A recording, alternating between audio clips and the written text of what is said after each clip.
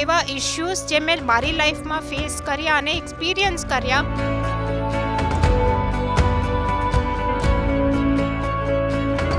Me so physically weak કે I had been bedridden for more than 6 to 7 years. Turned me my life and made me whatever I am today.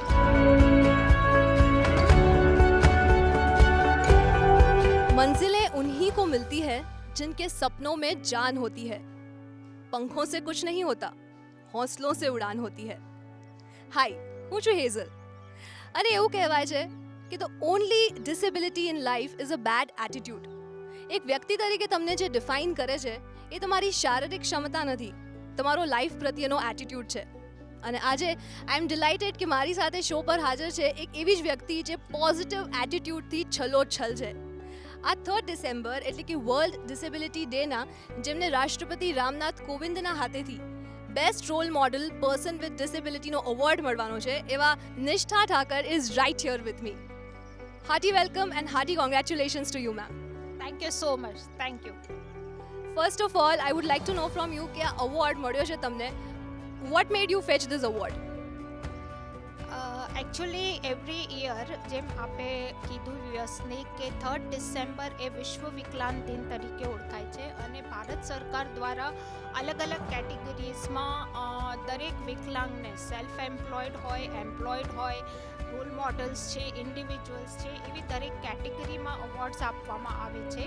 Role model કેટેગરીમાં એટલા માટે award મને મળવાનો છે કે 2008થી અમે લોકો સામાજિક ક્ષેત્રે સ્પેશિયલ વિથ ડિસેબિલિટીના લોકો માટે કાર્ય કરવાની શરૂઆત કરી. અને મસ્ક્યુલર ડિસ્ટ્રોફી કે જે મને ખુદને છે, it's rare genetic progressive disease છે, એની અવેરનેસ માટેના કામથી અમે લોકોએ શરૂઆત કરી, જેમાં અમે લોકો એક દિવસનો મસ્ક્યુલર ડિસ્ટ્રોફી અવેરનેસ કેમ્પ્સ કરીએ છીએ. તો ગુજરાતમાં અત્યાર સુધી અમે લોકોએ 13 જગ્યાએ આ કેમ્પ્સ કરેલા છે, જેમાં મોર દેન 2500 મસ્ક્યુલર ડિસ્ટ્રોફીગ્રસ્ત લોકોને અમે કવર કરી શક્યા છીએ. અપાર્ટ ફ્રોમ દેટ 2015થી being an adult with disability અમુક એવા ઇશ્યુઝ જે મેં મારી લાઈફમાં ફેસ કર્યા અને એક્સપિરિયન્સ કર્યા કે અગર એના ઉપર આપણે કંઈક કામ કરી શકીએ અપાર્ટ ફ્રોમ ડિસેબિલિટી, કે જેમ કે સોશિયલ ઇશ્યુઝ હોય છે પર્સન વિથ ડિસેબિલિટીના, સાયકોલોજીકલ ઇશ્યુઝ હોય છે, સેલ્ફ રિલાયન્સ, ઇકોનોમિક એમ્પાવરમેન્ટ અને મેઇન ઇમ્પોર્ટન્ટ છે ફિમેલ વિથ ડિસેબિલિટીના ગાયનેક ઇશ્યુઝ, જે આઈ થિંક બહુ જ નિગ્લેક્ટેડ વિષય હોય છે, જેના વિશે કોઈ જ વાત કરવા ઇવન ફિમેલ વિથ ડિસેબિલિટી બી કતરાતી હોય છે અને ઇટ ઇઝ વેરી ઇમ્પોર્ટન્ટ, આપ જાણો છો. તો આવા જ બધા ઇશ્યુઝને ધ્યાનમાં રાખી અને એક વિચાર, એક ડ્રીમ અને અંતે એને એક કેમ્પ સ્વરૂપે અમે લોકોએ એક્ઝિક્યુટ કર્યું અને એનું નામ અમે આપ્યું ઉડાન વિથ યુથ એમ્પાવરમેન્ટ કેમ્પ, જે નેશનલ લેવલનો કેમ્પ છે અમારો બીજો જે પ્રોજેક્ટ છે. That started in 2015 and till date we have covered 17 cities of India, જેમાં લેહથી લઈ અને પોંડિચેરી સુધી અમે લોકોએ સિટીઝમાં અલગ અલગ સિટીઝમાં કેમ્પ કરેલા છે. And apart from this wheelchair donations, counsellings અને as and when required financial help to muscular dystrophy affected people, તો આ બધા જે કાર્યો કરવામાં આવ્યા છે, so in that reference I am getting this honour. Which is truly amazing. તમે કહી શકાય કે એક રે ઓફ હોપ છો for other people who can really look up to you. મારે તમને પૂછવું છે, what is the turning point in your life? એવી કઈ એક ક્ષણ હતી જે એ કહી શકાય કે તમને ડિફાઇન કરી, જેને તમને બદલી નાખી forever? Definitely I would say કે 11 વર્ષની ઉંમરે when I had been diagnosed with this rare genetic disorder muscular dystrophy, 10th સુધી તો લાઈફ જેને કહેવાય કે it was like smooth going, જેને કે normal was not having that much of physical ચાલવામાં કે કોઈ એવો પ્રોબ્લેમ હતો. 10thની એક્ઝામ પછી અને 11th શરૂ થયું and all of a sudden within a week જ્યારે મારા પિતાજીનું અવસાન થયું અને that became the very turning point of my life, કારણ કે એઝ યુ નો કે એક ફાધર અને ડોટરનું relationship always it's a special bonding kind of, and being a special child, me and my father was very close to each other. We shared each and everything, dreams, this my future. So that was very heartbreaking reality for me, જે મારું શરીર મારું મન accept ના કરી શક્યું.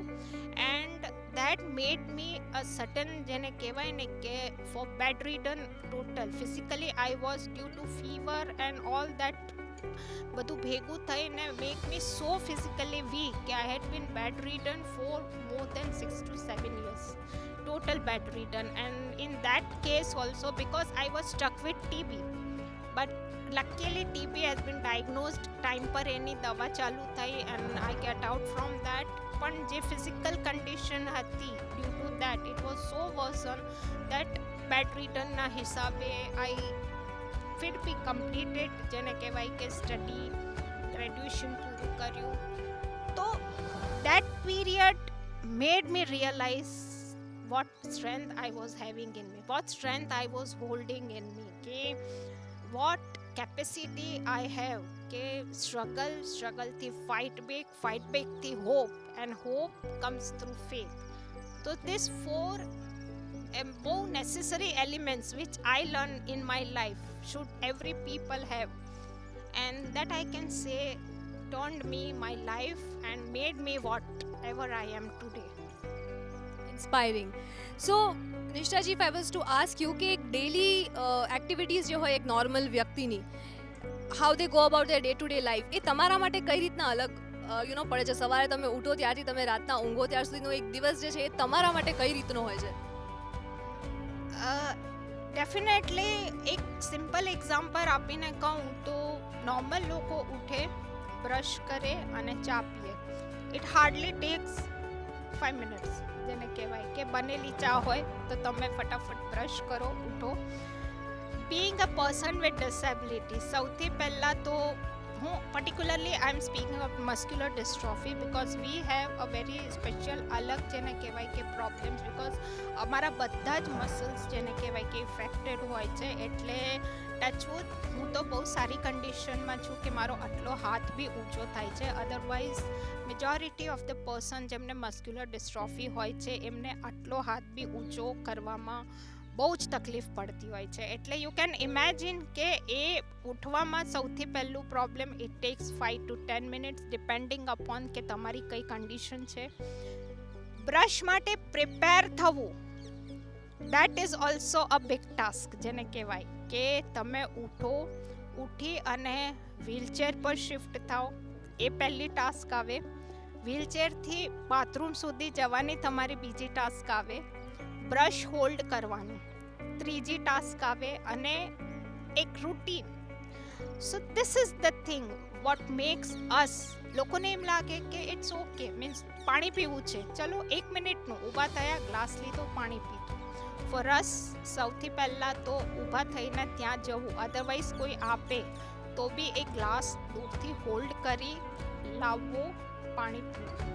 So this all લોકો માટે બહુ જ સામાન્ય વસ્તુઓ હોય છે, બટ એમને પૂછો કે જેમને આ એક તકલીફ, but this is the way કે how it is difficult from a routine normal life.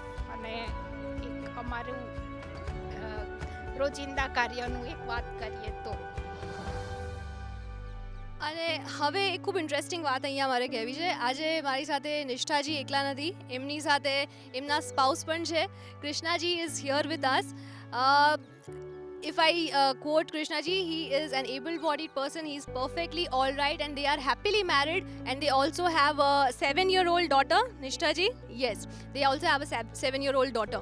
તો કૃષ્ણાજીને હું અહીંયા ખાસ લાવી છું, મારે એમને એક સવાલ પૂછવો છે. I am sure તમે જ્યારે લગ્ન કરવાનું નક્કી કર્યું હશે, जब आपने शादी करने को डिसाइड किया था, कुछ तो फ्रिक्शन, स्ट्रगल्स फैमिली में, सोसाइटी में हुए होंगे. I have no doubts about it. What made you go on and stand firm on your decision? What was that thing?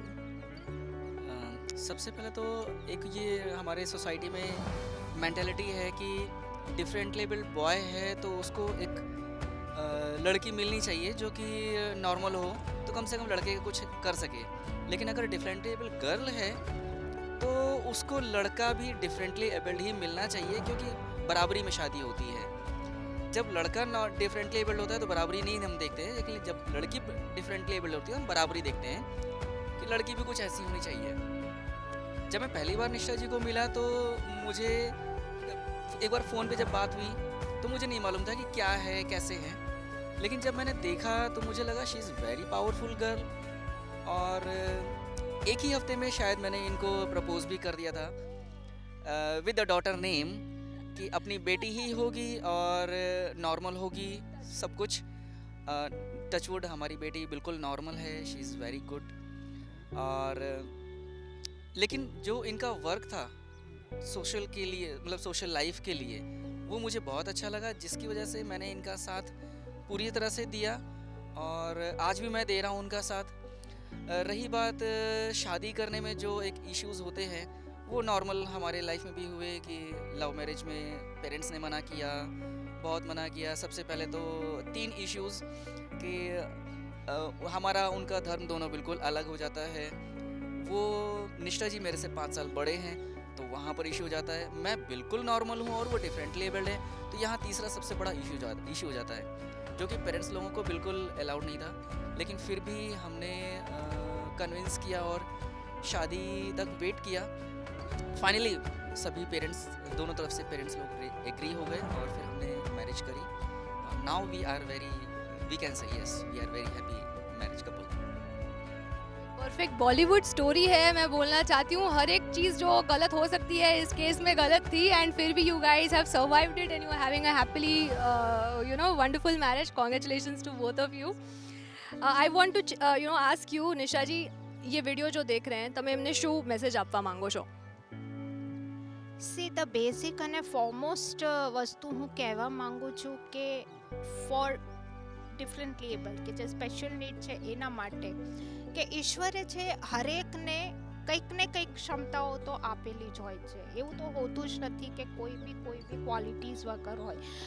જરૂર છે ફક્ત કે તમારે એ ક્વોલિટીઝને ઓળખવાની. બિકોઝ અગર તમે એક વખત પ્રોબ્લેમ્સની જગ્યાએ સોલ્યુશન્સ પર ધ્યાન આપવા લાગશો તો ઓટોમેટિકલી એ તમારા રસ્તા ખુલતા જશે.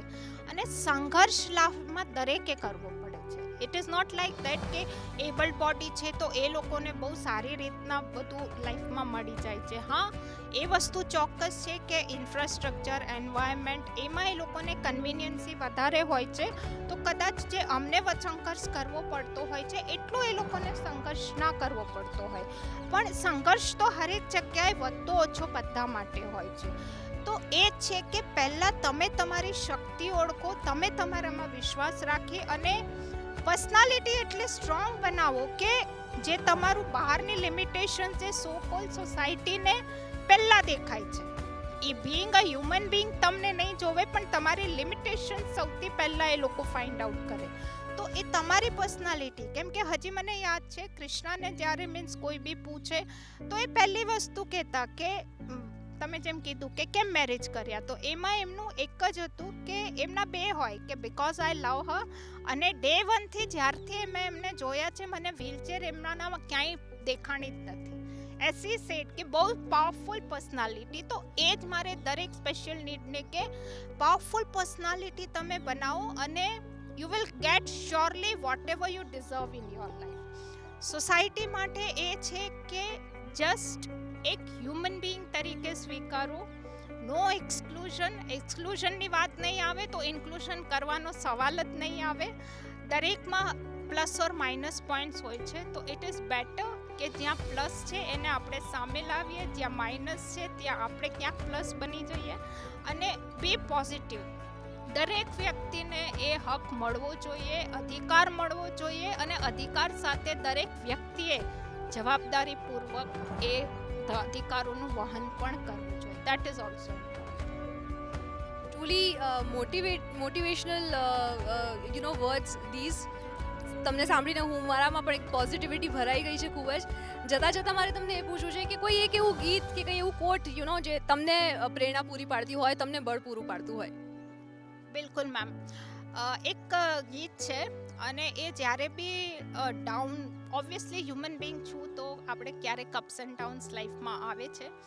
પણ એ ગીતમાં છે કે सूरज ना बन पाए तो बन के दीपक जलता चल, फूल मिले या अंगारे सच की राह पे चलता चल, दिल वो दिल है जो औरों को अपनी धड़कन देता है, जीना उसका जीना है जो औरों को जीवन देता है. ડેફિનેટલી બધામાં એટલી ક્ષમતા તો રહેલી છે કે કોકને તો એ કંઈક આપી શકે. તો બસ concentrate on that and live life happily. Thank you so much. મારે વધારે અહીંયા કશું જ કહેવાનું રહેતું નથી. લાસ્ટમાં હું ફક્ત એટલું કહેવા માંગીશ, ક્યાંક વાંચ્યું હતું મેં કે ડિસેબિલિટી ઇઝ નોટ ઇનેબિલિટી. તમારી અપંગતાનો મતલબ અક્ષમતા નથી. આવા જ ખૂબ જ ઇન્સ્પિરેશનલ લોકો સાથે હું ફરી આવતી રહીશ તમને મળવા માટે. અત્યારે રજા લઉં છું. Thank you so much.